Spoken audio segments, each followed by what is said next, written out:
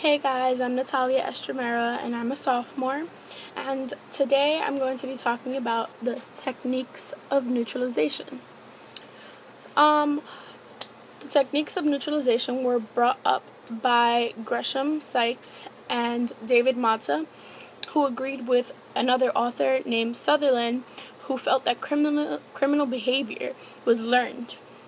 It usually said that the criminal behavior is learned through motives, drives, rationalizations, and the feeling of people to want to commit crime. Some observations that have been made was that delinquents do not approve of delinquency in the first place, but they feel that acts are justified by one or many other reasons. And before they commit the crime, they neutralize the belief that their crime is bad.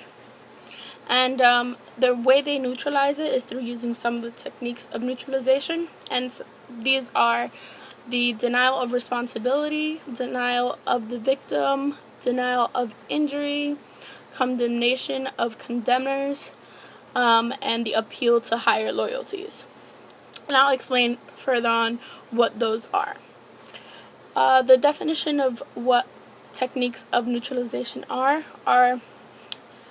mechanisms that people use to escape society's control and feel they're free to engage in criminal activities.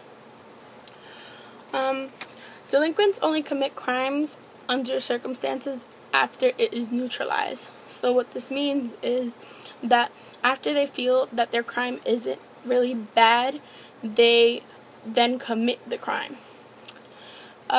They say that neutralization does not cause crime, but it makes it easier for people to commit crime because it gives people with motives a reason to feel that their crime is not bad. It is agreed that delinquent behavior is learned through the process of social interaction, and it also could be contradicted. People could interact and learn good things, and they could also learn crime, but they maybe wouldn't see it as being bad. So a basic characteristic of delinquent subculture, which delinquent subculture is something contradictive and they're not sure if there actually really is a delinquent subculture, but it is a system of values that represents an inversion of the values held by respectable, law-abiding society. And here's the argument. It's argued if there even exists, if a subculture exists of delinquency. It's said that delinquents would have no guilt, remorse, or shame after being caught doing the act, but in fact, there was a good deal of evidence that said that most delinquents that do commit an act of crime, they do feel remorse, they feel guilt, they feel that what they were doing is bad. And although they feel it's okay for them to commit a crime, delinquents do not necessarily feel that those who follow rules are immoral. So they don't feel that people are bad if they follow rules. Some delinquents have a sharp line between fair game and not fair game. So this means that they feel some people cannot be victimized because they're not considered fair game to them. Conformity. So most families see themselves as people who conform to society's rules. These families or people agree that delinquency is wrong, but still would be able to commit a crime. The reason they're able to commit these crimes is because of neutralization. And there's contradictory evidence that crime is learned. So, delinquent neighborhoods offer a child a model for delinquent behavior. This is not shown through data. There has not been any observations or studies that prove that this is what causes children to commit crimes. So even though they may be in a bad neighborhood where things happen all the time and they're subjected to these criminal behaviors, it doesn't mean that they're going to go out and commit them. And also, like, if a child is punished, it's said that this punishment from their parents, teachers, or school authorities, they say that these observations that they have conducted through studies, that they are children are said to learn that they're not supposed to get caught doing this. So what they learn by being punished by their parents or teachers is that instead of not committing the act of crime, they should try not to get caught committing the crime. There is a quote by Morris Cohen. One of the most fascinating problems about human behavior is why men violate laws in which they believe. Why is this? It's said to be that laws are set to be qualified guidelines. So it's as if saying it's okay to commit crimes under certain circumstances. For example, people feel it's okay to steal food or things of necessity because they're in need of it.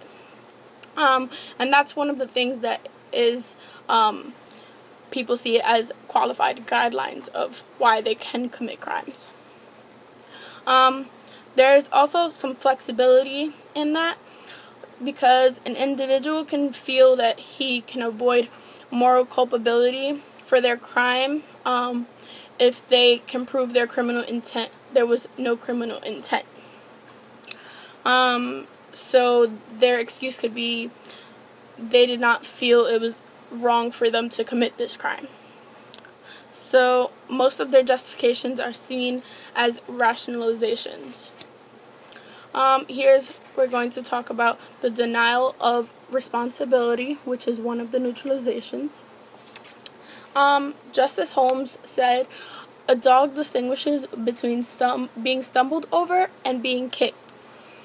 Modern society is kind of just like a dog, you would say, because modern society should draw a sharp line between whether a person's intentions, it was a person's intention to hurt or commit the crime, or the crime was unintentional. So what happens during denial, this denial, is that the delinquent acts due to unloving parents or bad companions or a slum neighborhood. They would shift the responsibility from them over to someone else. And they would view themselves as being acted upon more than they are doing the acting. Another act of neutralization is the denial of injury. So usually here, delinquents feel that their behavior does not really cause any great harm, and they're like doing justice to other people. So some of these crimes include auto theft, vandalism, or gang fighting. So for auto theft, they would say, oh, they are just borrowing the car. And in vandalism, they would say that they're vandalizing property because the person that owns the property is able to afford to pay for those damages anyway. And things such as gang fighting, the excuse would be that it's private business. Why should the law get involved in that? And these are their reasons for feeling it's okay to do that. Another neutralization is the denial of victim. So the delinquent sees themselves as an avenger, and they feel like it's okay for them to go out and make justice for people. So they would usually use the excuse that the person who they committed the crime towards deserves what they get, or it's the form of rightful retaliation. This person did something, and we're doing something back to them because they deserve it. Most times, the crimes are committed a lot on homosexuals or minority. For homosexuals, they would probably say that what this person is doing is wrong. It's not okay for them to be homosexual, and they don't feel like it's right for them to be with the same sex. As for a minority, they would feel that person stepped out of line, they did something wrong, out of place, talked up to them, and it would not be okay for them to do that. In some cases, they'd say there's like an unfair teacher or school official, and they're taking it out on them, so they're gonna go and take things out on them right back.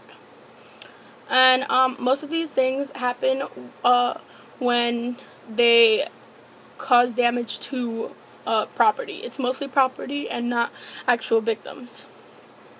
The next thing is condemnation of condemners. The delinquents shift the focus to the motives and behavior of those who disapprove of the violation. So if they're committing a crime, they would say that the crime they're committing isn't really a crime, and the person who set the law, that this is wrong, they're hypocrites, or they're against that person, and they would just kind of turn things around. So some of the things that they would call these condemners are hypocrites, deviants in disguise, or impelled by personal spite. They usually put the blame on those people and say that there was favoritism. So if there's like a parent, they're like, oh, they favorite my sibling and not me. So they would kind of shift the balance. They would say that there's stupidity, corruptiveness, and the person is taking it out on them. And this usually happens with the cases of parents, teachers, police officers, and other officials. The appeal to higher loyalties. So usually the delinquent is caught up in a dilemma that must be resolved in their eyes, even at the cost of violating laws. They say that they're doing things for the sake of a smaller group that's not being represented correctly by the law. So it's like justification for doing this act. And it's like, if the law wasn't going to help them, then they were going to. So in conclusion, after 12 minutes,